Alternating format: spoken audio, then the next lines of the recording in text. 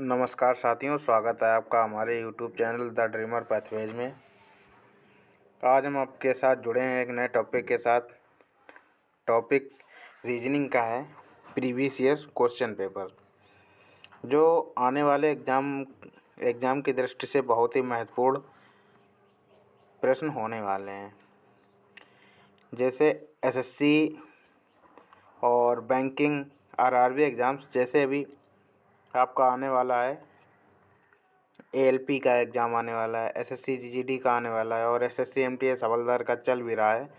Banking के जो आएंगे उन एग्ज़ाम को देखते हुए ये क्वेश्चंस तैयार किए गए हैं और ये प्रश्न ज़्यादातर एग्ज़ामों में आए हुए प्रश्न हैं। तो आशा है आपको इस वीडियो से बहुत ही हेल्प मिलने वाली है। और जो इस चैनल पर नए हैं, कृपया वो चैनल को सब्सक्राइब करें और बेल आइकन को दबाना न भूलें, जिससे अगले टॉपिक की वीडियो आप लोगों तक जल्द से जल्द पहुंच पाए। तो चलिए शुरू करते हैं। हम देखते हैं, पहला प्रश्न यहाँ दिया गया है। पहला प्रश्न है, एक परीक्षा में पास होने वाले छात्रों में गुड्डू का स्थान ऊपर से 16वां तथा नीचे से 29वां है। 6 छात्रों ने परीक्षा में भाग नहीं लिया और 5 विद्यार्थी अनुत्तीर्ण हो गए। परीक्षा में कितने छात्रों ने भाग लिया और परीक्षा में कितने छात्रों ने भाग लिया था, ये प्रश्न है। प्रश्न बोल रहा है, कोई परीक्षा हुई, परीक्षा में जो छात्र, कुल टोटल छात्र थे, उसमें से 6 छात्रों ने भाग ही नहीं लिया। 6 छात्रों ने भाग ही नहीं लिया, 6 छात्रों ने परीक्षा ही नहीं दी और 5 जो हैं अनुत्तीर्ण हो गए। और बाकी के जो बचे छात्र हैं उनमें से गुड्डू है, और गुड्डू अगर ऊपर से गिना जाता है तो 16वें स्थान पे आता है और नीचे से अगर गिना जाता है तो 29वें स्थान पर आता है। तो देखिए, ये हो गया गुड्डू। गुड्डू ऊपर से गिना जा रहा है, ये है 16वें स्थान पे, ऊपर से 16वें स्थान पे है और नीचे से 29वें स्थान पे है। ये नीचे से इसे गिना तो 29वां स्थान मिला इसे। तो हम क्या करेंगे, पहले पास होने वाले छात्रों की कुल टोटल संख्या निकाल लेंगे कि पास कितने छात्र हुए थे। तो हम इस श्रृंखला को हमें पता होना चाहिए कि इस श्रृंखला में पूरे कितने बच्चे हैं टोटल। तो इसे जानने के लिए 29 + 16 कर देंगे। जब 29 में 16 को जोड़ेंगे तो ये कितने हो जाएंगे, 45। और 45 से 1 माइनस कर देंगे। -1 इसलिए करेंगे क्योंकि यहाँ पे ये गुड्डू ऊपर से 16वां है, नीचे से 29वां है। इसकी जो ये गिनती हो रही है डबल बार हो रही है, तो इसीलिए 1 हम घटा देंगे, यहाँ बचेगा 44। तो पास होने वाले कुल विद्यार्थी थे 44। जो विद्यार्थी पास हुए, पास होने वाले विद्यार्थियों की संख्या थी टोटल 44 संख्या थी। इसके बाद बोल रहा है परीक्षा में कितने छात्रों ने भाग लिया था, 44। तो ये हो गए पास वाले और 5 फेल भी हुए थे, तो उन्होंने ही तो परीक्षा में भाग लिया था, तो हम +5 कर देंगे। जब हम +5 करेंगे तो ये हमारा आ जाएगा 49। तो 49 छात्र ऐसे थे जिन्होंने परीक्षा में भाग लिया था। तो ऑप्शन डी हमारा सही हो जाएगा, 49। आशा है आपको यह प्रश्न समझ में आया होगा। अगर समझ में नहीं आया है तो इसी टॉपिक पर एक वीडियो हम आगे बनाने वाले हैं, उसे आप देख सकते हैं। और जिसे समझ में नहीं आया वो वीडियो पीछे करके दोबारा देख सकते हैं। अब देखते हैं अगला प्रश्न क्या है। देखिए, अगला प्रश्न है घड़ी का। बोला है, एक घड़ी में 8 तथा 9 के बीच किस समय घड़ी की सुइयां विपरीत दिशा में होती हैं। देखिए, इस प्रश्न को कैसे हल करेंगे। इससे पहले आप लोगों ने घड़ी बहुत सी जगह पढ़ी होगी। घड़ी पढ़ाने का तरीका हमारा थोड़ा सा अलग है। हम एक ही फार्मूले से पूरी घड़ी को आपको ख़त्म करवाएंगे। तो देखिए, आप ये फार्मूला सीख लीजिए। फार्मूला होता है 11/2 बराबर 11/2 m बराबर 30 × h ± a। तो देखिए, अब आप लोग सोच रहे हैं ये m है, m का मतलब होता है मिनट, h का मतलब होता है हावर्स, यानी कि घंटे। और जो ये है ए का मतलब है एंगल। ऐसा इतनी बात आपको समझ में आई होगी। तो देखिए अब हम प्रश्न को हल करेंगे। देखिए जैसे प्रश्न है, एक घड़ी में 8 तथा 9 के बीच कैसी सुइयां बोल रहा है, विपरीत सुइयां। तो देखिए करेंगे हम, पहले फार्मूले को लिखेंगे। फार्मूला है 11/2 एम ऐसे ही लिखा रहे देंगे क्योंकि मिनट इस टाइम में कहीं पे दिया नहीं गया है, बराबर 30 इंटू एच हमारा 8 है क्योंकि हमेशा एच के लिए हम पहला वाले ही टाइम को रखते हैं। और प्लस माइनस ऐसे ही लिखेंगे, और प्लस माइनस यहाँ पे आ जाएगा 180। अब कई लोगों के दिमाग में एक सवाल उठ रहा होगा कि 180 को हमने यहाँ क्यों लिखा, यहाँ पे था तो ए, तो हमने ए का मान हमें यहाँ कहीं दिया गया है, कहीं लिखा तो नहीं है। तो देखेंगे हम कि 180 क्यों लिखा गया। देखिए जैसे एक ये घड़ी है, घड़ी वृत्ताकार होती है।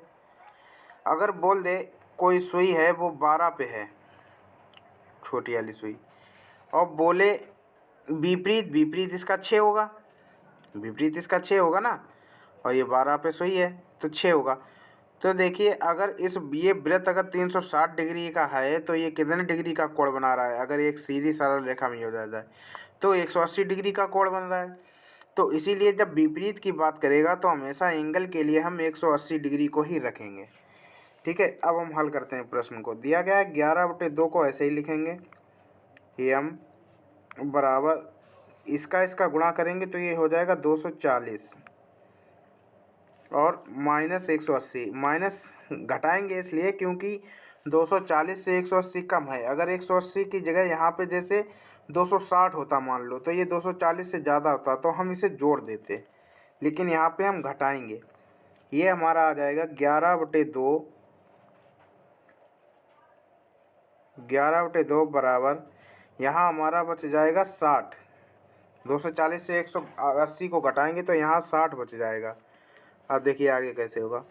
आगे होगा यहाँ पे ये m है, तो जब हम m के बराबर में लाएंगे m बराबर हो जाएगा, ये 2 चला जाएगा 60 के पास, 60 दूनी हो जाते हैं 120, और ये 11 आ जाएगा नीचे। जब इसको हम काटेंगे तो ये बचेगा 10/11। तो 10:10 मिनट पर सुइयां विपरीत होंगी। 8 और 9 के बीच का टाइम है ये, 8 बजकर, है ना, 8:10 किस ऑप्शन में है, देखिए सी ऑप्शन में है, तो सी ऑप्शन हमारा सही हो जाएगा, 8:10 अब देखते हैं अगला प्रश्न क्या है। अगला प्रश्न है, यदि हम पूर्व को उत्तर पश्चिम कहें तो दक्षिण को क्या कहेंगे। यदि हम पूर्व को उत्तर पश्चिम कहें तो दक्षिण को क्या कहेंगे। देखिए प्रश्न को हल करते हैं। प्रश्न को कैसे हल करेंगे, देखिए हमने आपको दिशा और दूरी का प्रश्न है, और दिशा दूरी हमने पढ़ाई है आपको, और वो इसी यूट्यूब चैनल पर है, तो आप उस वीडियो को पूरा देख सकते हैं, और आप लोगों को दिशा और दूरी आशा है समझ में बहुत अच्छे से आएगा। तो देखिए अभी तो यहाँ हम पूरा प्रॉपर से नहीं बता सकते, प्रश्न को ही हल करवाएंगे क्योंकि ये प्रैक्टिस क्वेश्चन हम आपको करवा रहे हैं, कम से कम समय में आपके प्रैक्टिस क्वेश्चन पूरे हो जाएं। और अभी हम लगातार आपके लिए प्रैक्टिस क्वेश्चन ही लाएंगे क्योंकि परीक्षा की आपकी तैयारी अच्छी हो जाए। तो देखिए बोल रहा है, यदि हम पूरब को उत्तर पश्चिम कहें, पहले तो हम देख लेते हैं कि हमारा ये उत्तर दिशा ऊपर वाली होती है, पूरब ये वाली होती है, दक्षिण नीचे वाली, और जो ये होती है इसे हम पश्चिम बोलते हैं, हमने आपको बताया था। तो देखिए क्या करेंगे, अब ये बोल रहा है कि हम पूरब को उत्तर पश्चिम कहें, तो देखिए पूरब दिशा हमारी ये है, इसको वो बोल रहा है उत्तर पश्चिम बोल रहा है, तो हम लिखेंगे उत्तर और पश्चिम, पूरब को बोला। और उसने पूछा किसका, दक्षिण का बोला, उसने बोला तो दक्षिण को क्या कहेंगे। तो आप लोग देख सकते हैं कि पूर्व से जब हम दाएं चले एंटी क्लॉकवाइज, जब हम एंटी क्लॉकवाइज चले तो हमें उत्तर मिला और पश्चिम मिला, उत्तर मिला और पश्चिम मिला, तो हम क्या करेंगे, उत्तर पश्चिम यहाँ पे हम लिख देंगे उत्तर पश्चिम, ये आ गया। यही बोला उसने कि हम पूरब को उत्तर पश्चिम बोला, तो दक्षिण को कहेंगे।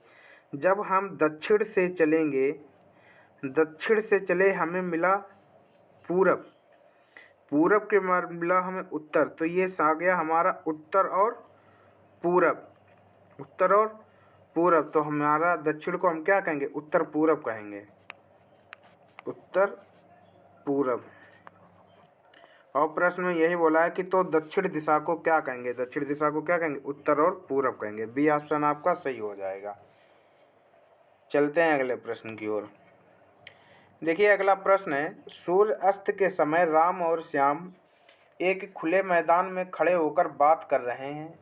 श्याम की परछाई राम के बाएं हाथ की साइड है, राम का मुंह किस दिशा में है। देखिए पहले तो आप लोगों को ये पता होना चाहिए कि सूर्य अस्त के समय हमेशा हमारी जो परछाई होती है हमारी पूर्व दिशा में पड़ती है, हमेशा पड़ती है। अब देखेंगे पहले इस प्रश्न को, ये प्रश्न कैसे होगा देखते हैं। देखिए जैसे सूर्य अस्त हो रहा है, बोला राम है, ये राम हो गया और श्याम हो गया, ये है यहाँ पे श्याम।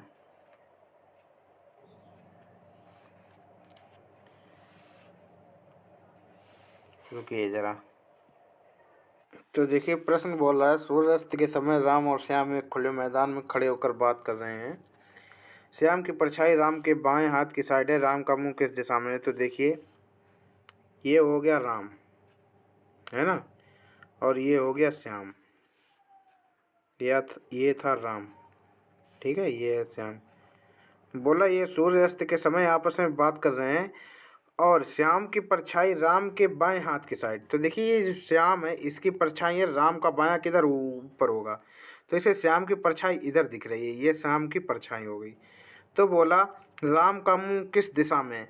तो देखिए अभी हमने आपको बताया कि जो परछाई होती है वो सूर्यास्त के समय पूर्व की ओर पड़ती है, तो जब पूर्व की ओर पड़ेगी तो हम इसको उल्टा कर देंगे, तो श्याम ये हो जाएगा, जब हमें पूर्व दिशा में करनी है ना, तो ये ऑटोमेटिक ही हो जाएगी इधर, और राम हो जाएगा ये।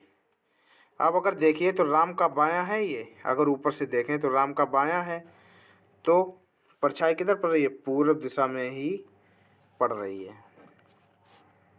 राम का मुंह किस दिशा में, ये बोला, तो राम का मुंह किस दिशा में हो गया, ऐसा आ रहा था राम, ये राम आ रहा था, तो राम था ये श्याम था, इसकी परछाई ये थी।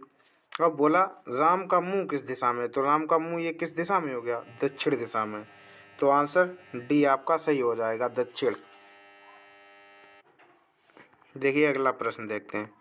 देखिए अगला प्रश्न है, कबूतर चिड़िया कुत्तों के बीच सर्वोत्तम संबंध दर्शाने वाले चित्र को विकल्प से चुनिए। तो देखिए हम क्या करेंगे, पहले हम आप लोगों को पता होना चाहिए जितनी चिड़ियाँ जितनी होती हैं वो कुछ ना कुछ होते हैं। जैसे कबूतर है उसको भी हम चिड़िया ही बोलते हैं, उसको हम चिड़िया बोल सकते हैं, और कोई भी पक्षी ले लो वो चिड़िया में ही आते हैं। तो जैसे कबूतर है तो कबूतर क्या है, चिड़िया है, कबूतर क्या है, चिड़िया है। तो कुछ कबूतर चिड़िया होते हैं, सारे कबूतर तो चिड़िया होते नहीं हैं, है ना, सारे कबूतर ऐसे है। मान लो तो अगर कोई मान लो एक यहाँ पे ये गौरैया मान लो, तो ये भी तो चिड़िया ही है, तो इसीलिए हम कुछ कबूतर चिड़िया करेंगे, कुछ कबूतर चिड़िया कर दिया, ये कुत्ता अलग हो जाएगा। तो पहला वाला डायग्राम आपका सही हो जाएगा, तो ये आ जाएगा फर्स्ट का ही। चलते हैं अगला प्रश्न देखते हैं। अगला प्रश्न है वाटर इमेज का। बोल रहा है वाटर इमेज बताओ 5 की। तो 5 की वाटर इमेज में क्या होता है, वाटर इमेज हमेशा उल्टा हो जाता है।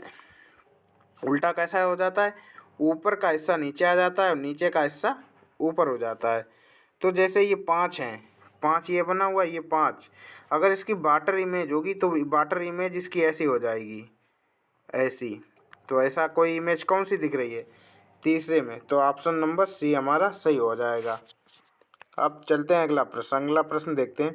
अगला प्रश्न देखिए घड़ी का फिर आ गया। बोला एक घड़ी पहले घंटे के दौरान 1 मिनट, दूसरे घंटे के अंत में 2 मिनट, तीसरे घंटे के अंत में 4 मिनट और चौथे घंटे के अंत तक 8 मिनट तेज हो जाती है और इसी प्रकार यह सिलसिला चलता है।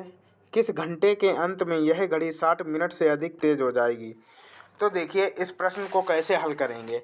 देखिए बोल रहा है एक घड़ी है और पहला घंटा होता है जब, तो पहले घंटे के दौरान 1 मिनट, पहले घंटे के दौरान 1 मिनट, फिर दूसरा घंटा हुआ, फिर दूसरे घंटे के दौरान कितना हो रहा है, अंत में 2 मिनट हो रही है। फिर तीसरा घंटा आया, तीसरे घंटे में कितनी हो गई, 4 हो गई। फिर चौथा घंटा आया, चौथा घंटा में कितना हो गया, 8 मिनट, चौथे घंटे में 8 हो गया। ये देखिए चौथे घंटे। तो अब देखिए यहाँ पे एक कोई सीरीज बन रही है, क्या बन रही है, पहले में 1, दूसरे में 2, यहाँ पे 2 गुना हो रहा है, 1 का 2 गुना 2, 2 का 2 गुना 4, 4 का 2 गुना 8, तो 8 का 2 गुना आपके यार कितना होगा, 16 होगा। तो पाँचवें घंटे में कितनी हो जाएगी, 16। फिर छठे घंटे में कितनी हो जाएगी, 16 का 2 गुना करेंगे कितना हो जाएगा, 32, तो 16 का 2 गुना 32 हो जाएगा। इसके बाद 7, अब 7 का 2 गुना हो जाएगा 64। तो ये देखिए 60 मिनट से अधिक हो गया 64, 64 अधिक होता है ना 60 से। बोला किस घंटे के अंत में यह घड़ी 60 मिनट से अधिक तेज हो जाएगी।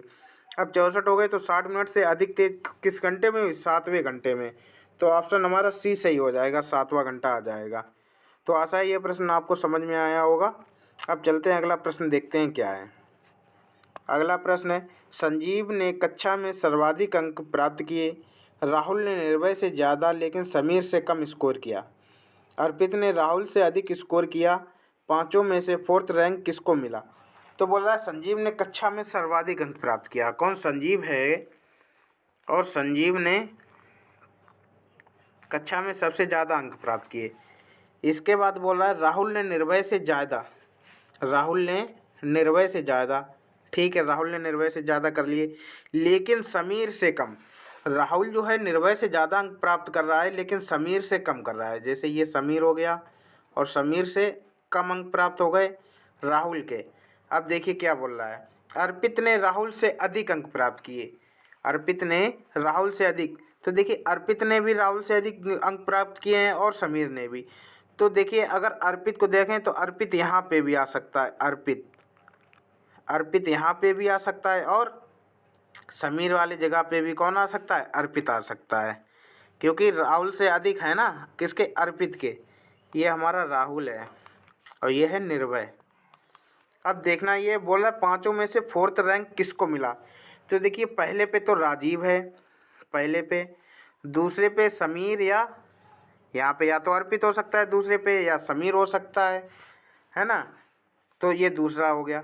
फिर तीसरे पे कौन आ गया, तीसरे पे आ गया है समीर, समीर या राहुल से कोई आ जाएगा। फिर चौथे पे आ रहा है राहुल, चौथी रैंक पे आ रहा है राहुल। तो सी ऑप्शन आपका सही हो जाएगा क्योंकि इसकी जगह क्लियर है, चौथे पे ही है। तो ऑप्शन हमारा सी सही हो जाएगा, राहुल। अब अगला प्रश्न देखते हैं। अगला प्रश्न है, ऐसे कितने अक्षरों के जोड़े युग्म बनते हैं जिसमें प्रत्येक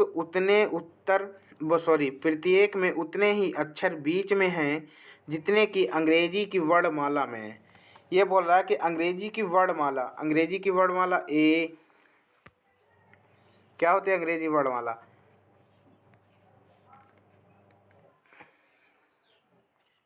देखिए अंग्रेजी की वर्ड हमें दिया गया है A, D, E, Q, U, A, T, E, L, Y, ये है।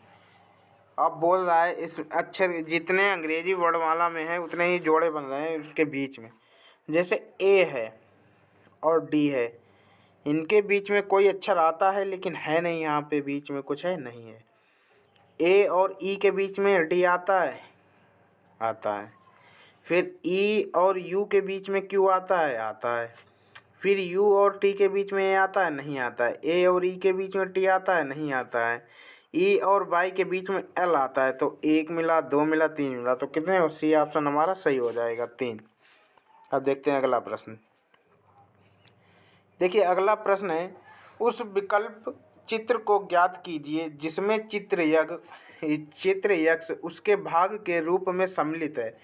जैसे बोल रहा है ये जो चित्र यक्ष है हमारा, ये जो चित्र यक्ष है ये बोल रहा है कि ऐसा ही जो ये बना हुआ है, इसमें ये बना हुआ है, ये इन चारों चित्रों में से किस में बना हुआ दिख रहा है। तो देखिए ये हम पहचानेंगे, कैसे पहचानेंगे।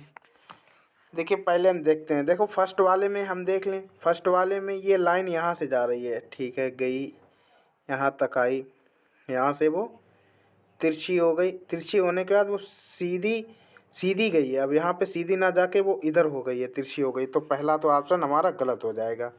दूसरे में तो कहीं से भी नहीं है। अब देखते हैं तीसरे में, तीसरे में है क्या। तीसरे में तो ये सीधी ही है, इसमें कहीं ऐसी वाली लाइन ही नहीं गई, तिरछी ये जो बिकड़ पड़ रही है नहीं है। तो चौथा ऑप्शन हमारा सही हो जाएगा, डी ऑप्शन हमारा सही हो जाएगा। देखते हैं अगला प्रश्न। अगला प्रश्न है, कमला एक महत्वपूर्ण टीवी कार्यक्रम देखने के लिए रात 10 बजे से पहले अपने सभी गृह कार्य पूरा करना चाहती है। उसके पास 5 विषयों में 40 मिनट का गृह कार्य है। कमला किस अंतिम समय में कार्य को प्रारंभ करने से गृह कार्यों को पूर्ण करके ठीक समय पर टीवी कार्यक्रम को देख सकती है। इस प्रश्न को कैसे करेंगे।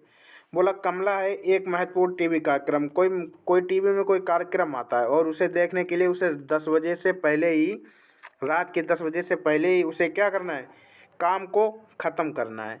उसके बाद बोला अपने सभी गृह कार्य खत्म करी। उसके बाद 5 विषय में 40, उसने अपने कामों को बांट रखा है। उसको कोई काम करती है तो वो 40 मिनट के काम करती है। जैसे उसे बर्तन धोना हुआ तो 40 मिनट में धोने हैं, खाना बनाना हुआ वो भी 40 मिनट में करेगी। ऐसे ही उसने 5 विषय मतलब 5 कार्य उसने कोई चुने और 40 मिनट में उसे ख़त्म कर दिए। और कमला किस अंतिम समय को कार्य को प्रारंभ करेगी, मतलब ये बोले कमला किस समय कार्य को प्रारंभ करे जो वो 10 बजे से पहले ही टीवी के कार्यक्रमों को देख सके। तो देखिए 40 मिनट के उसने 5 कार्य बनाए, 40 मिनट के कार्य बनाए उसने 5, ये हमारा हो गया 120। 120 कितने हो गए, सॉरी 200 हो जाएंगे, 4 पंचे 20, 200, ये हो गए 200 मिनट। अब मिनट को हम घंटे में चेंज करेंगे तो 60 से भाग करेंगे, 60 से जब हम भाग करेंगे तो ये हमारा बन जाएगा 3 घंटे 20 मिनट, 3 घंटे 20 मिनट बन जाएगा। अब देखिए अगर पहला ऑप्शन क्या है, ए 6:40 है। अगर हम 6:40 में 30 को जोड़ेंगे, किस 3:20 को जोड़ेंगे तो ये कितना हो जाएगा, ये हमारा पूरा 10 बज जाएगा, क्योंकि ये 60, ये 9, ये भी तो एक पूरा घंटा होता है, तो ये 10, इसका मतलब 10 बजे। अब बोल रहा है 10 बजे से पहले ही उसे सारे काम करने हैं, तो पहला ऑप्शन हमारा गलत हो जाएगा। अब देखते हैं दूसरा ऑप्शन। दूसरा ऑप्शन है 6:30, 6:30 है और इसमें उसे 3:20 को ऐड करना है। 3:20 को जब उस ऐड करेगी तो ये आ जाएगा 50, 9:50, तो ये क्या 10 बजे से पहले का टाइम है। हाँ देखिए PM दिया गया 6:30, 9 बजे से पहले का टाइम, ये 10 बजे से पहले का टाइम है 9:50, तो बी ऑप्शन हमारा सही हो जाएगा। 6:30 पे वो काम को शुरू करेगी, तब वो 10 बजे से पहले अपने सभी कार्यों को समाप्त कर सकेगी और अपने जो टीवी में कार्यक्रम आता है उसे देख पाएगी। अब देखते हैं अगला प्रश्न क्या है। अगला प्रश्न है, श्याम रिया का भाई है। बोला श्याम रिया का भाई है, मोहिनी अनुज की माता है, रिया राम की बेटी है, अनुज श्याम का भाई है, मोहिनी का राम से क्या संबंध है। तो देखिए ये रक्त संबंध से जुड़ा हुआ प्रश्न है और रक्त संबंध हमने बेसिक से बताया हुआ है। हम इसी वीडियो के लिंक में आपको वीडियो की जो डिस्क्रिप्शन में उसकी लिंक दे दी जाएगी और आप देख सकते हैं, हमारे प्लेलिस्ट में जाकर भी चेक कर सकते हैं। तो देखिए जैसे बोला श्याम राम का भाई है, बोला श्याम भाई है राम का, तो हम बना लेंगे श्याम भाई है राम का। हमने बताया था पुरुष को प्लस के चिन्ह से और महिला को माइनस के चिन्ह से दर्शाना है।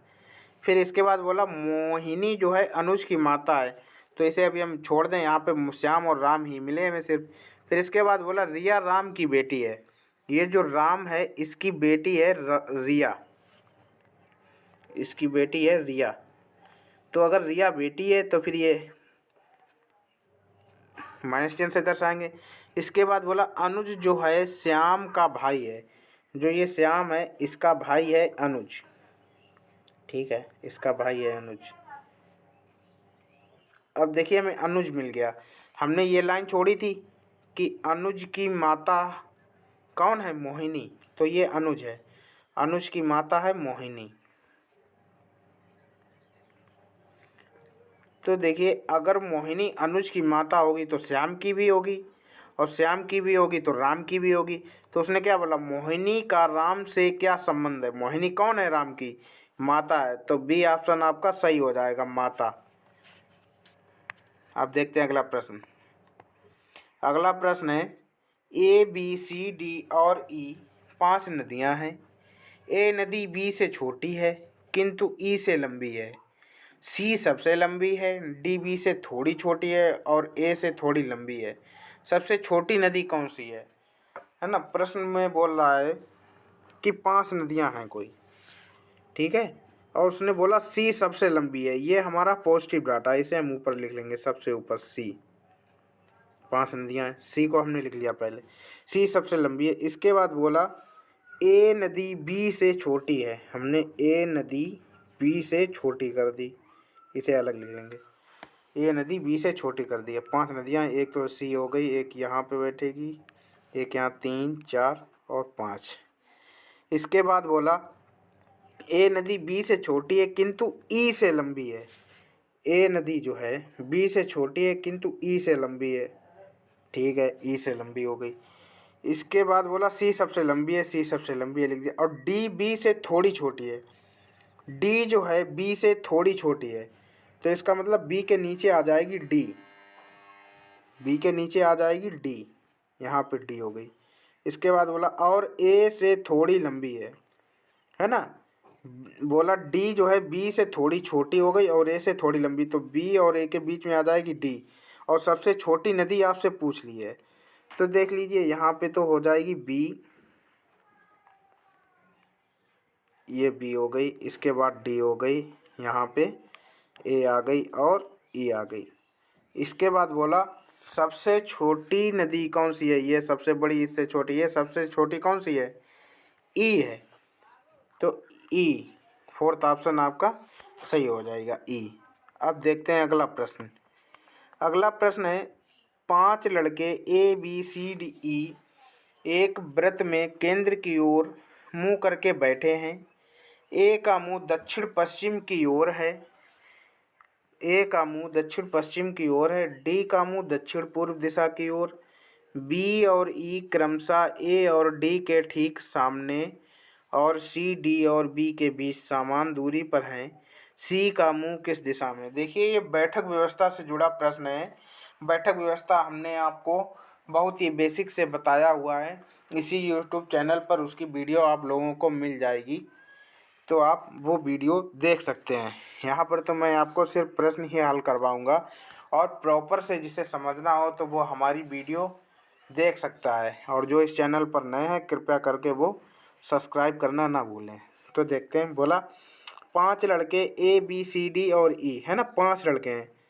हमने आपको बताया था हम वृत्त ना बना के लाइनें कर लेते हैं, उसने 5 लड़के बोले, एक लाइन हमने ये कर ली, यहाँ पे कर लें या यहाँ कर लें, यहाँ कर लें या यहाँ कर लें, कहीं भी हम कर लें, 5 लड़के हैं, ठीक है। उसने बोला एक वृत्त में केंद्र की ओर मुंह करके बैठे हैं। केंद्र कहाँ होता है, केंद्र ये होगा, ये केंद्र होगा। बोला ए का मुंह दक्षिण पश्चिम की ओर है। जो ए है दक्षिण पश्चिम किधर होता है, दक्षिण और पश्चिम ये वाली दिशा होती है, इधर ही इस किसका मुंह है, ए का, तो ए यहाँ बैठा है, उसका मुंह है दक्षिण पश्चिम दिशा की ओर, नहीं ऐसे इधर हो जाएगा, ए बैठेगा यहाँ पे।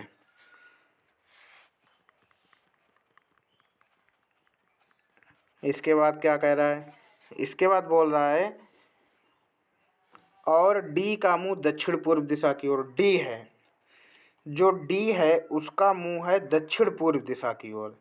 दक्षिण पूर्व दिशा कौन सी होती है, ये दक्षिण पूर्व दिशा होती है, ये वाली दिशा होती है, और इधर ही मुंह किसका है, डी का, तो डी यहाँ बैठ जाएगा, ठीक है। इतनी बात आपको समझ में आ गई होगी, डी यहाँ बैठ जाएगा, ये डी हो गया।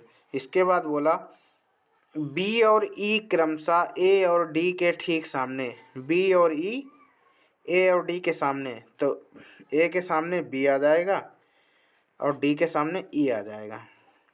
इसके बाद बोला सी डी और बी के बीच समान दूरी पर सी का मुंह किस दिशा में है ना। सी को किधर बैठाला, उसने बोला सी और डी और बी, सी डी और बी के बीच समान दूरी पर। तो देखिए अगर हम सी को यहाँ बैठा लें और वो बात कर रहा है डी और बी के बीच समान दूरी, डी और बी के बीच, तो डी और बी यहाँ है, इसके बीच में समान दूरी होनी चाहिए। तो यहाँ चले हम 1 2 3 नंबर पे 1 2 नहीं 5 व्यक्ति ही हैं, तो ये वाली रेखा मिट जाएगी।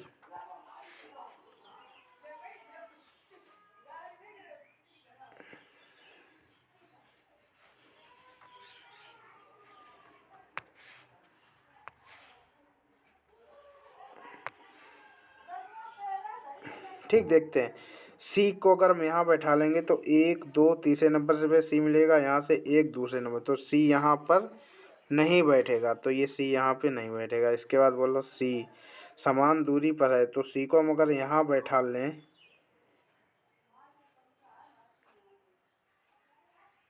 नहीं सही है, सी यहाँ ही बैठेगा, सी यहाँ ही बैठेगा। बोला देखिए इधर से चला वो तो ए मिला, दूसरे नंबर पे सी मिल गया, बी इधर से चला तो ई मिली और दूसरे नंबर पे सी मिल गई, और सी से देखा जाए तो भी समान दूरी है। तो उसने बोला तो सी का मुंह किस दिशा की ओर है, सी का मुंह किस दिशा की ओर है, सी बैठा मुंह दिशा इधर केंद्र की ओर देख रहे हैं, तो इधर अगर देखा जाए तो ये दिशा कौन सी होती है, ये दिशा पश्चिम दिशा होती है, तो बी ऑप्शन आपका सही हो जाएगा, पश्चिम। देखते हैं अगला प्रश्न। देखिए अगला प्रश्न घड़ी से जुड़ा हुआ प्रश्न है। बोला 1 जनवरी 2401 को कौन सा दिन, तो इस प्रश्न को हम कैसे करेंगे। तो देखिए ऐसे प्रश्नों को करने के लिए हम सबसे पहले क्या करते हैं, पहले हम लिखते हैं दिन, मतलब डेट, डेट क्या है, तो डेट को हम लिखेंगे, डेट है हमारी 1, हमने लिख लिया 1 डेट है। इसके बाद हम लिखते हैं माह का कोड, माह कौन सा है, जनवरी, तो जनवरी का कोड होता है 1, जनवरी का कोड 1 होता है। और फिर लिखते हैं वर्ष के अंतिम 2 अंक, अंतिम 2 अंक क्या है, 1 है।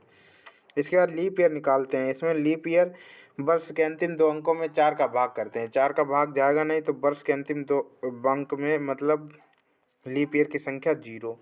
फिर हम क्या करेंगे, इन्हें हम जोड़ लेंगे, जोड़ने पर ये आएंगे 3। अब ये 3 से हम 1 को घटा देते हैं, फिर हम 1 को घटाएंगे अपने आप से ही, फिर आएगा हमारा 2, और 2 पे आता है हमारा सोमवार। रविवार को 1 पे गिनते हैं, सोमवार को 2 पे गिनते हैं, तो 2 सोमवार आ गया, मतलब सी ऑप्शन आपका सही हो जाएगा। देखिए कैलेंडर को पढ़ने के लिए हमारा तरीका कैलेंडर पढ़ाने का थोड़ा सा अलग है, तो हम कैलेंडर पर एक प्रॉपर वीडियो आप तक हम पहुंचा देंगे, बहुत ही जल्द हम कैलेंडर पर वीडियो लेकर आने वाले हैं। ठीक है, तो अगला प्रश्न हम देखते हैं क्या है।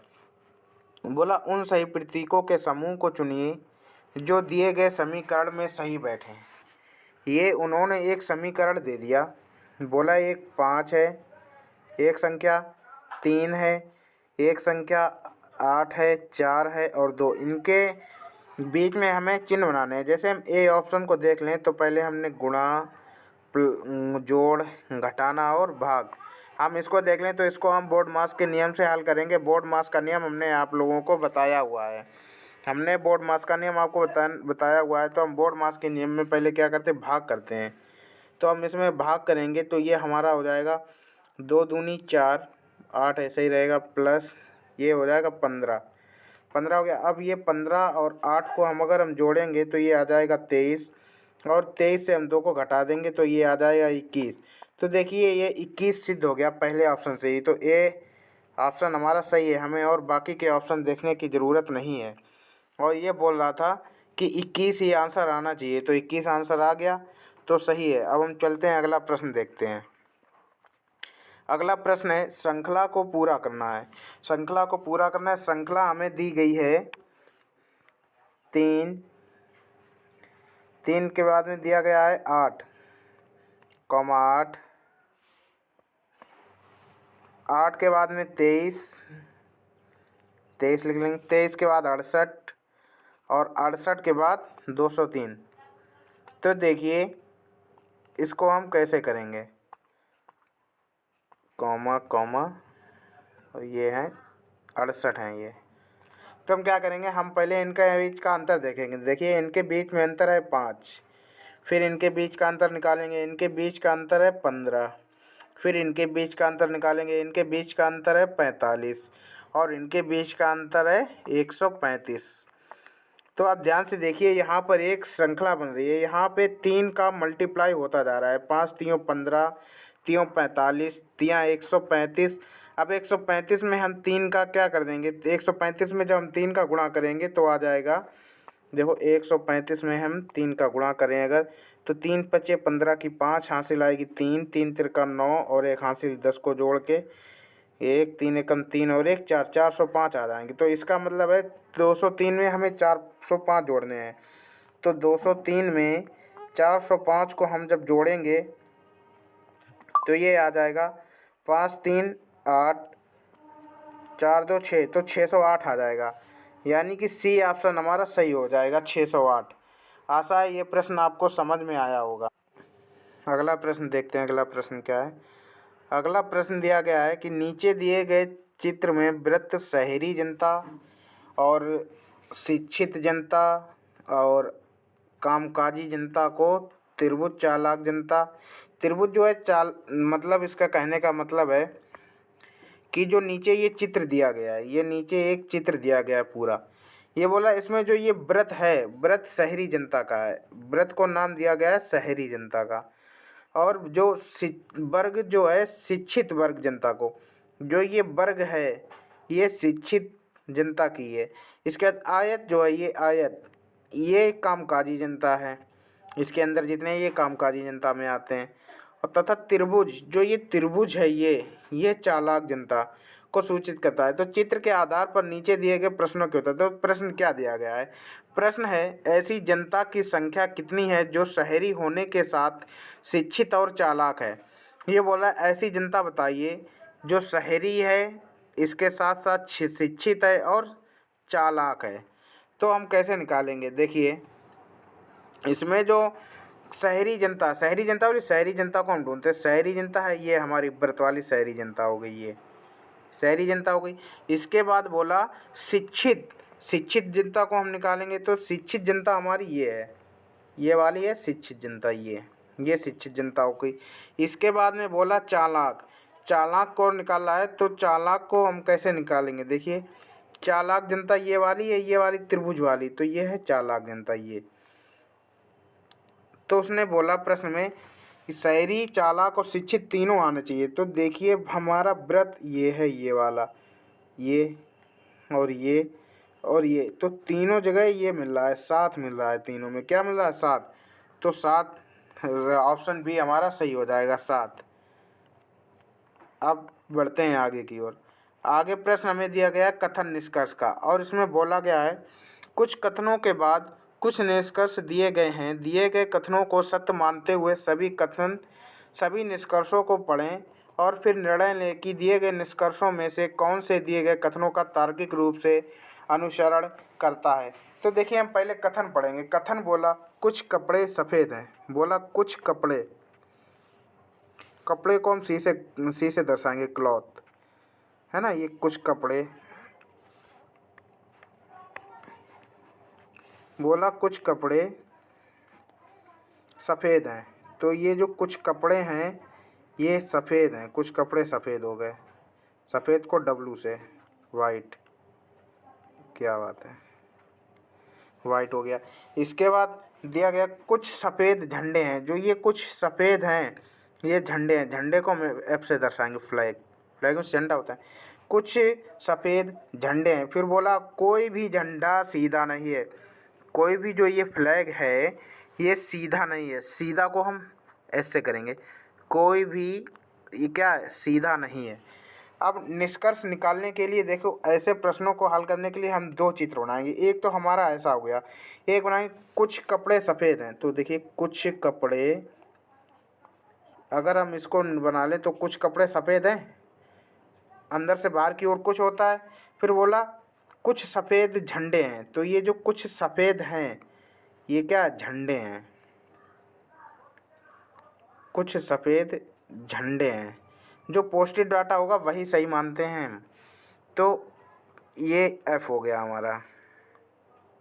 इसके बाद बोला कोई भी झंडा सीधा नहीं है, तो ये जो कोई भी झंडा है ये सीधा नहीं है, इसको भी हम अलग बना देंगे।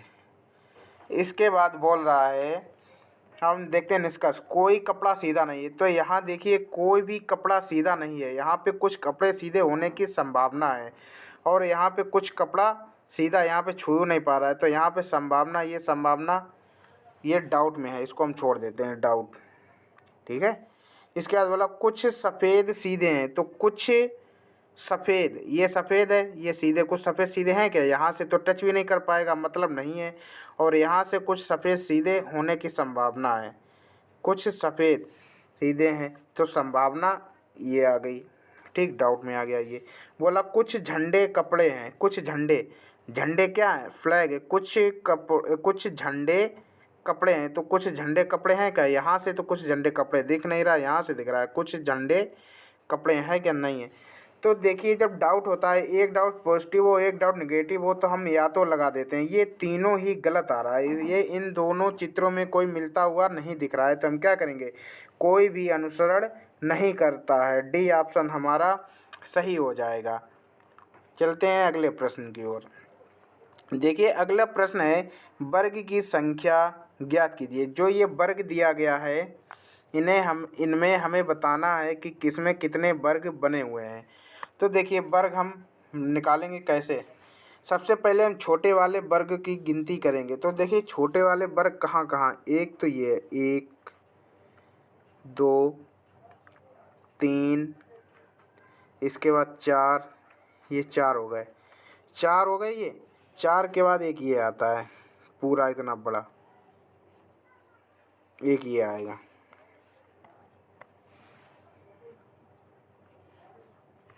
एक ये आ गया, 5 हो गए।